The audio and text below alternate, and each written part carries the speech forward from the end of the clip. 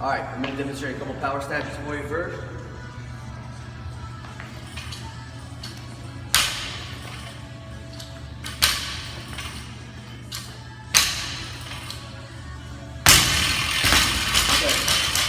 So, a couple things to take note of here. First of all, the hand grip, you're doing a hook grip, okay? When I go overhead, I keep the hook grip, but I under grip on the way down, okay? On the way down, I'm hinging at the hip. My shins are vertical as I'm passing the knee. The weight distribution is moving from the middle of my foot toward my heel on the way down, tapping the ground, coming back up. I am making hip contact with the bar at my hip. Jumping through my toes, extending, and breathing the whole time, okay? What you don't want to do is go from this overhead position to your hip and then down, okay?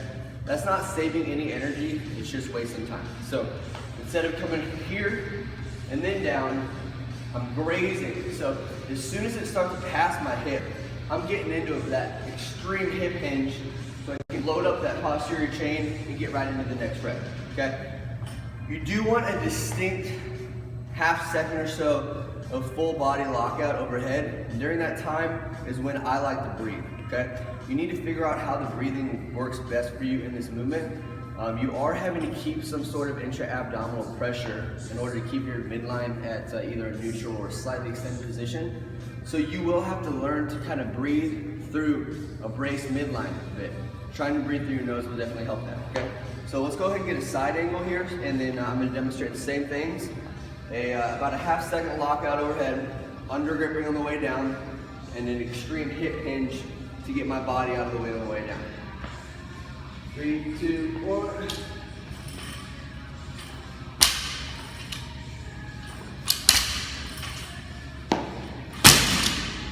Here we go. Okay, so for the bar muscle ups, I'm going to recommend you use whatever grip you're more natural or used to using. So whatever is more natural for you, stick with that grip. Don't try to play with things. Personally, I use more of a gymnastics grip, so you'll notice my thumbs on the other side. I don't wrap over. I feel like that's easier. So if you're not doing that, don't do it today or over this weekend, but start learning how to grip the bar this way. It's gonna help you out a lot. Like we were talking about in the strategy, when I jump up there, I'm going to make sure I jump a little forward, and I'm going to make sure that my grip is going to land where my wrist is at somewhat of an angle. I don't want it hanging underneath the bar, okay? I'm going to focus on getting as much of an arch position as possible, and then I'm going to come back behind the bar.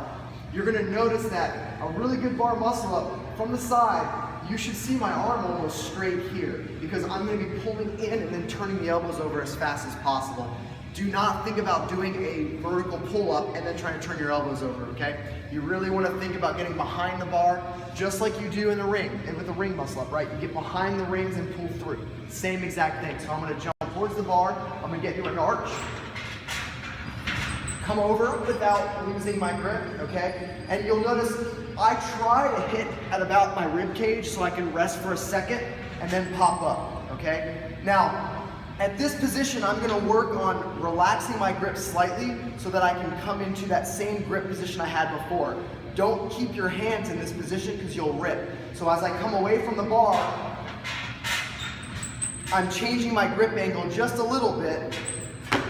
I'm changing my grip angle just a little bit so that when I swing back through, I'm not ripping my skin as I come around. So you want to ungrip just slightly, re-grip again, you're coming through, and then back up. A couple other things to take note of also are how far in front of the bar he gets his hips. We do another one, Eric? How far in front of the bar he gets his hips in the arch position. Good. And then how long his arms stay straight. His arms are staying straight while he's using those hips.